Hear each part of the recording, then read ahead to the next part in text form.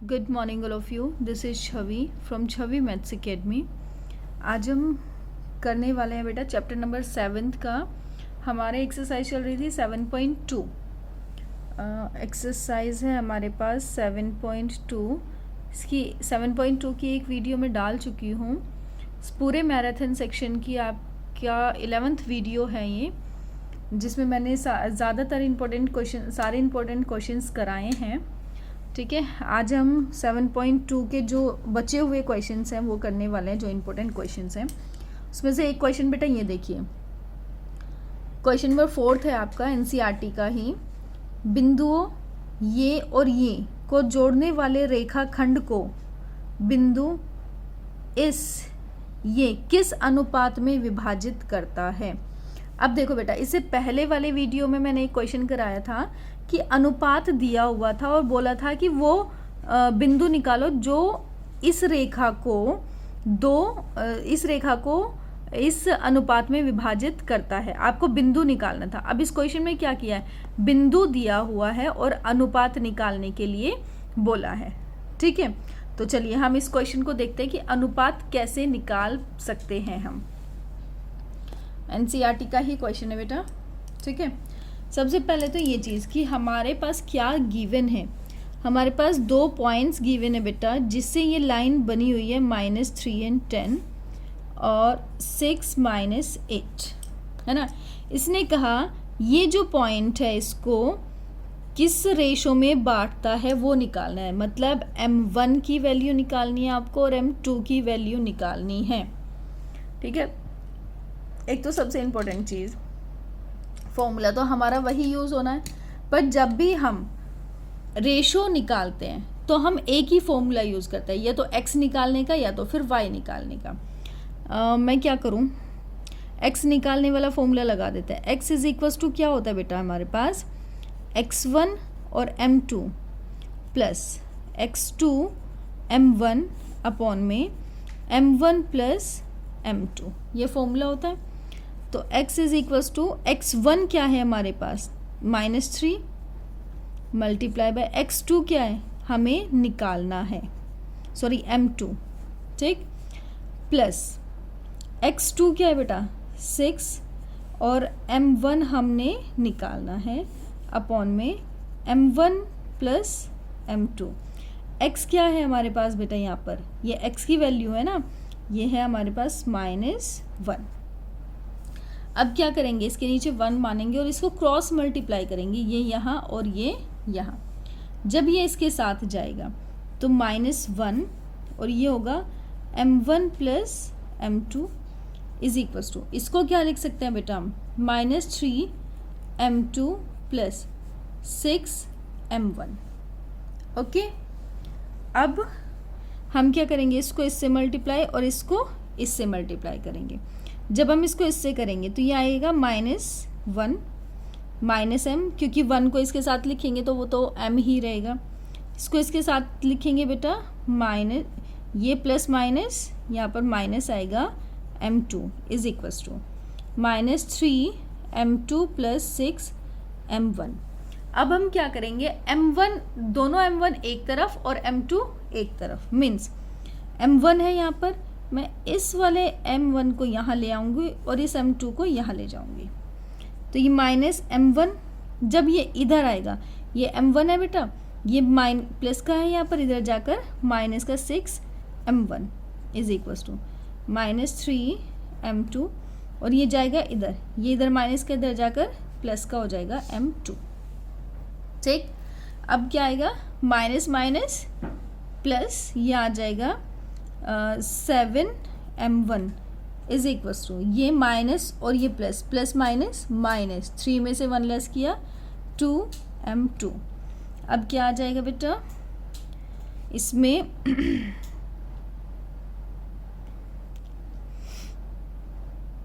हमने कहीं ये आ जाएगा बेटा, यहाँ पर इन दोनों में से बड़ी डिजिट कौन है, 3 है, 3 के आगे माइनस है तो माइनस आएगा। अब ये माइनस और माइनस कैंसिल। अब ये आया 7 m1 is equals to 2 m2। ठीक है, अब हम क्या करेंगे इसमें, देखें आप, ये M1 और इसको इसके नीचे ले आओ M2, ये 2 एज इट इज़ यहीं रहेगा, 7 इसके नीचे आएगा। अगर ये कट सकता है तो आप इसको काट देंगे, अगर नहीं कट रहा है तो नहीं काटेंगे। तो ये क्या हो गया, M1 की वैल्यू 2 और M2 की value 7। That means M1 ratio M2 आया है आपके पास 2:7, है ना। तो आप यहाँ से इस तरह से रेशो निकाल लेंगे। अगर 2 पॉइंट्स दिए हुए हैं और बीच वाला भी पॉइंट दिया हुआ है तो आप क्या करेंगे, M1 और M2 की अगर वैल्यू आपको फाइंड आउट करनी है तो आप इस तरह से कर सकते हैं। ठीक है, चलिए नेक्स्ट क्वेश्चन देखते हैं हम।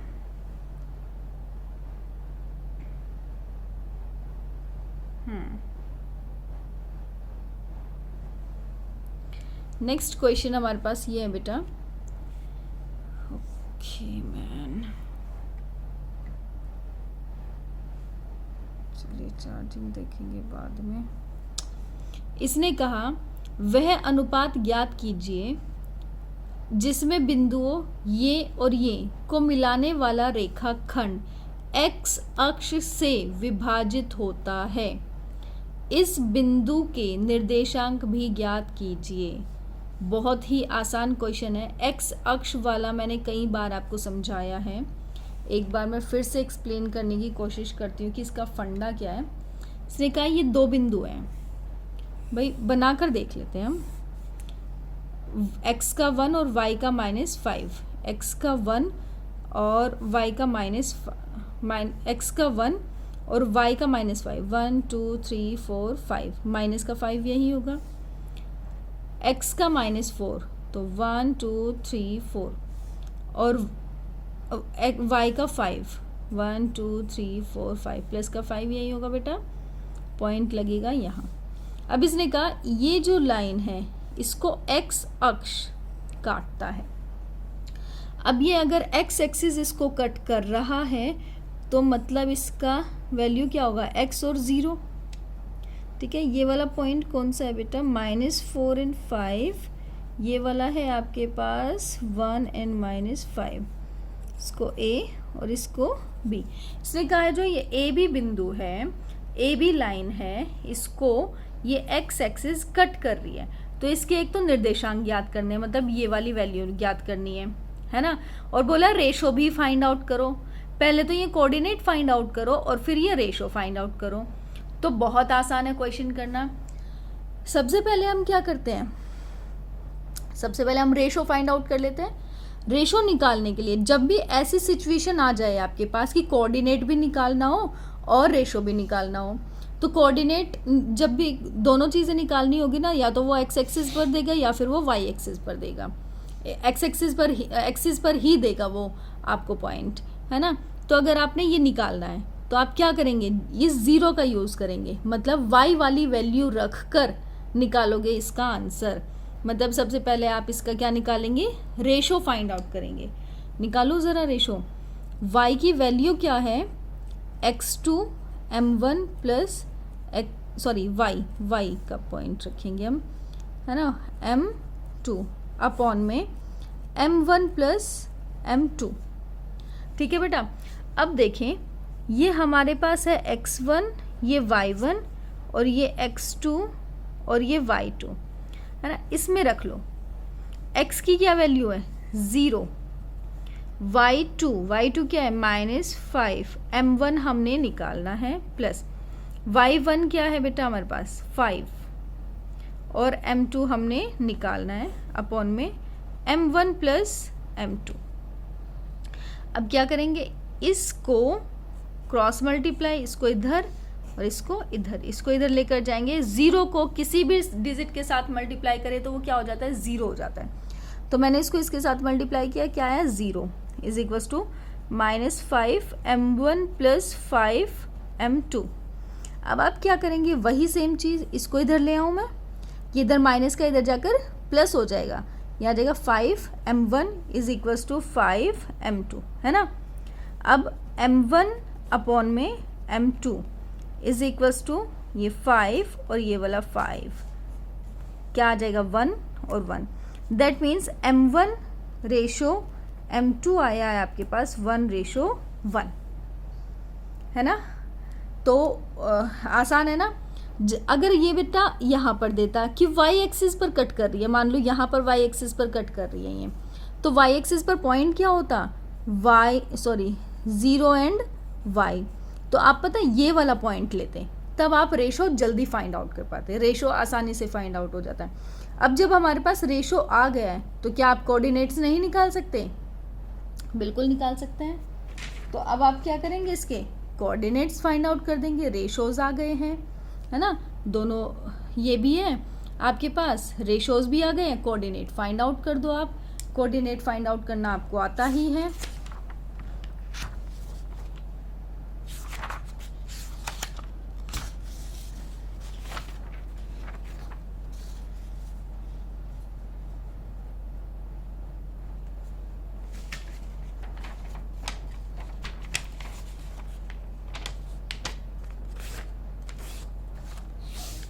देखिए बेटा आप, यही तो क्वेश्चन था हमारा। तो अब हम क्या करेंगे इसमें, ये है बेटा क्वेश्चन नंबर 5, ठीक है, एनसीईआरटी का है। हमारे पास पॉइंट्स हैं, क्या पॉइंट्स हैं, -4, 5, 1 एंड -5, है ना। और रेशोज दिया 1:1। आपको कोऑर्डिनेट जो फाइंड आउट करना है बेटा, कोऑर्डिनेट भी आपको लगभग गिवन ही है, क्या ये वाला x और 0। तो इसका मतलब आपको सिर्फ x की वैल्यू फाइंड आउट करनी है। x की वैल्यू आप आसानी से कर सकते हैं, क्योंकि 0 तो 0 ही रहेगा, y का तो 0 ही रहेगा, क्योंकि x एक्सिस पर है बेटा ये पॉइंट, है ना। तो हम x की वैल्यू फाइंड आउट कर लेते हैं। x की क्या होगी, x2 m1 plus x1 m2 upon में m1 प्लस m2। देखो बेटा, अगर ये 1 आएगा तो ये 2 आएगा, अगर ये 1 आएगा तो ये 2 आएगा, ठीक है। अब x की वैल्यू हमने फाइंड आउट करनी है। x2 क्या है हमारे पास, ये x1 y1 x2 y2। x2 क्या है बेटा 1, और m1 क्या है 1, है ना, ये m1 है और ये m2 है, प्लस x1 क्या है आपके पास -4, m2 क्या है 1 अपॉन में 1 + 1। x इज इक्वल्स टू 1 1 जा 1 प्लस माइनस माइनस 4 1 जा 4 अपॉन में 2।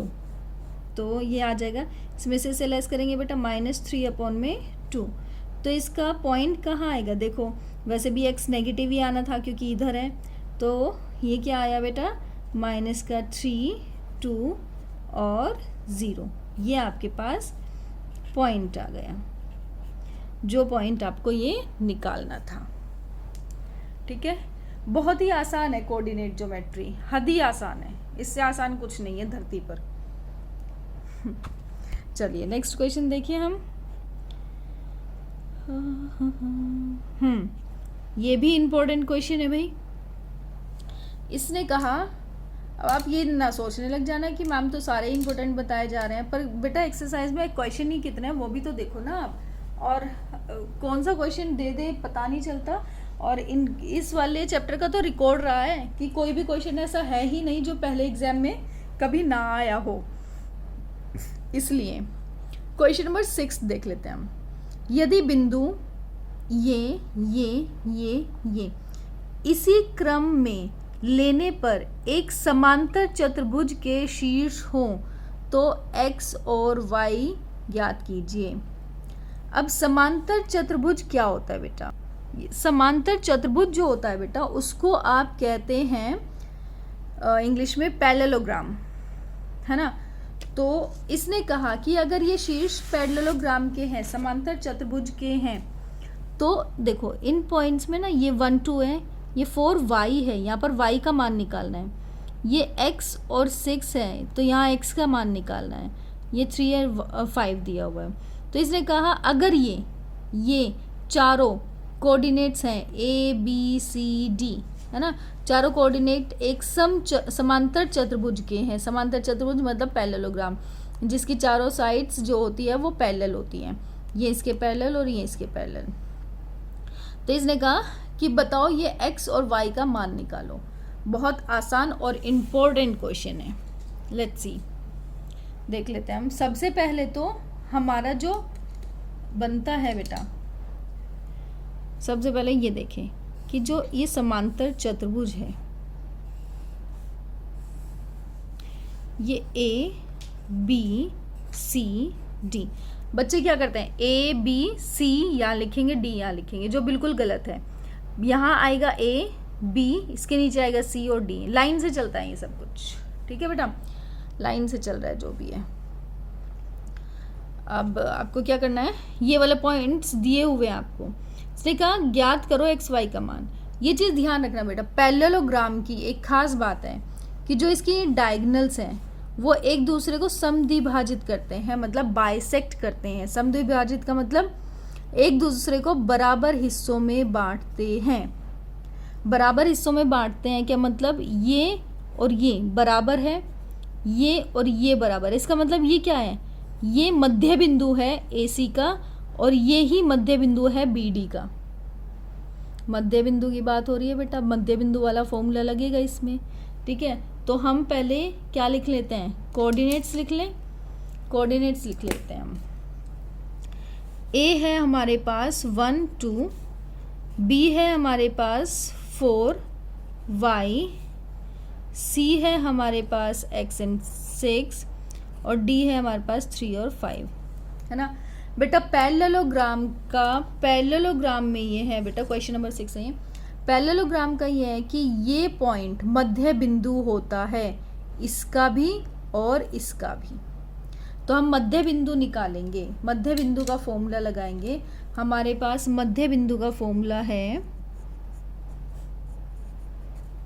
मध्य बिंदु निकालेंगे किसका, पहले AC का मध्य बिंदु निकाल लो, है ना।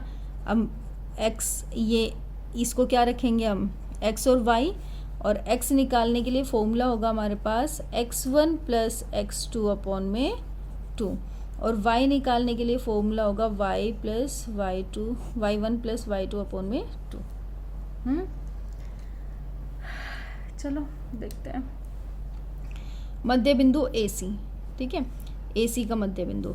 अब AC का मध्य बिंदु है तो बेटा ये x1 हो गया, ये y1 हो गया, ये x2 हो गया, ये y2 हो गया। लिख दो ज़रा ये वाला x निकालने के लिए, x1 plus x2, 1 plus x, 1 plus x, ठीक है, अपॉन में 2, ये आ गया। अब y का मान निकाल लो, इसी में ही इसका AC का ही y का मान निकालेंगे। क्या आएगा, ये आ जाएगा 2 प्लस 6 अपॉन में 2, मतलब 8 अपॉन में 2, दैट मीन्स 4। तो कोऑर्डिनेट्स क्या आ गए बेटा, x का कोऑर्डिनेट है 1 प्लस x अपॉन में 2 और इसका है 4। अब हम क्या निकालेंगे, मध्य बिंदु निकालेंगे। अब मध्य बिंदु निकालेंगे हम इसका, BD का मध्य बिंदु किसका है बेटा, BD का। अब इसमें भी सेम फॉर्मूला लगेगा, तो हम सीधे सीधे क्यों ना निकाल दें। x की वैल्यू निकलेगी हमारी x1 प्लस x2 अपॉन में 2, तो x1 y1 x2 और y2, ये प्लस ये 3 प्लस 4 अपॉन में 2, ये क्या आ जाएगा 7 अपॉन में 2। अब y की वैल्यू निकालने के लिए हम क्या करेंगे, ये अपॉन में ये प्लस में 5 प्लस y अपॉन में 2, ये आ गया। इसका कोऑर्डिनेट देखो बेटा, इसने कहा 7 अपॉन में 2 और 5 प्लस y अपॉन में 2, ये दो कोऑर्डिनेट आ गए बेटा, एक तो ये और एक ये दो कोऑर्डिनेट इसी पॉइंट के हैं, क्योंकि इसका भी मध्य बिंदु यही होगा, इसका भी मध्य बिंदु यही होगा। इसका मतलब ये दोनों कोऑर्डिनेट एक ही हैं, तो इसका मतलब ये इसके बराबर है और ये इसके बराबर है, यही तो मानकर चलेंगे। चलिए देख लेते हैं हम, यहाँ कर देती हूँ बेटा, ये 1 प्लस x अपॉन में 2 किसके इक्वल होगा, इसके इक्वल, ठीक है। कैसे लिखेंगे इसको, इज इक्वल्स टू 7 अपॉन में 2। अब ये 2 में उधर ले जाऊँ ऊपर, ये 1 plus x is equals to 7 upon में 2, ये नीचे डिवाइड में ऊपर जाएगा मल्टीप्लाई में, कैंसिल हुआ तो ये आ जाएगा एक्स, ये इधर प्लस का इधर जाकर माइनस, तो ये आएगा 7 माइनस 1, तो x इज इक्वल टू आया 6। ठीक है, नेक्स्ट आता है आपके पास, अब ये इसके इक्वल है बेटा, तो इसको लिख लूँ मैं 5 प्लस वाई अपॉन में 2 इज इक्वल्स टू 4, ये यहाँ जाएगा 5 plus y is equals to 4 two जा 8, तो y इज इक्वल्स टू 8, ये इधर जाएगा माइनस का 5, तो y इज इक्वल्स टू क्या हुआ 3। तो पॉइंट क्या आ जाएगा, ये वाला कोऑर्डिनेट क्या आया हमारे पास, x का क्या है 6 और y का 3, तो क्या निकल गया हमारे पास, x की वैल्यू, सॉरी ये वाला कोऑर्डिनेट नहीं आया बेटा हमारे पास, ये x की कहाँ गए, ये x और ये y की वैल्यू आई है, तो x की, सॉरी हम ये कोऑर्डिनेट नहीं लिखेंगे ऐसे, x की वैल्यू आई है हमारे पास 6 और y की वैल्यू आई है हमारे पास 3। ओके, आई होप कि आपको ये क्वेश्चन समझ आया होगा बेटा। इससे आगे भी क्वेश्चन हैं, पर वो क्वेश्चन मैं नेक्स्ट एक्सरसाइज में कराऊंगी, अभी आज के लिए इतना ही। आई होप कि आपको ये क्वेश्चन समझ आए होंगे, बहुत ही इम्पोर्टेंट क्वेश्चन है बेटा, कोई चांस ही नहीं है ये सोचने के कि अरे ये समझ नहीं आया तो स्किप करके आगे बढ़ जाओ। अगर नहीं समझ आया तो कोशिश करो उसको समझने की, अगर नहीं समझ आता है फिर भी तो कमेंट बॉक्स में आप मुझे बताएं, I will explain it again. ठीक है, आज हम इस चैप्टर को कंप्लीट ही कर देंगे, मैं एक वीडियो और बनाने वाली हूँ आज के आज ही, तो देखते हैं कंप्लीट हो जाएगा चैप्टर। और थैंक यू सो मच बच्चों, बाय बाय।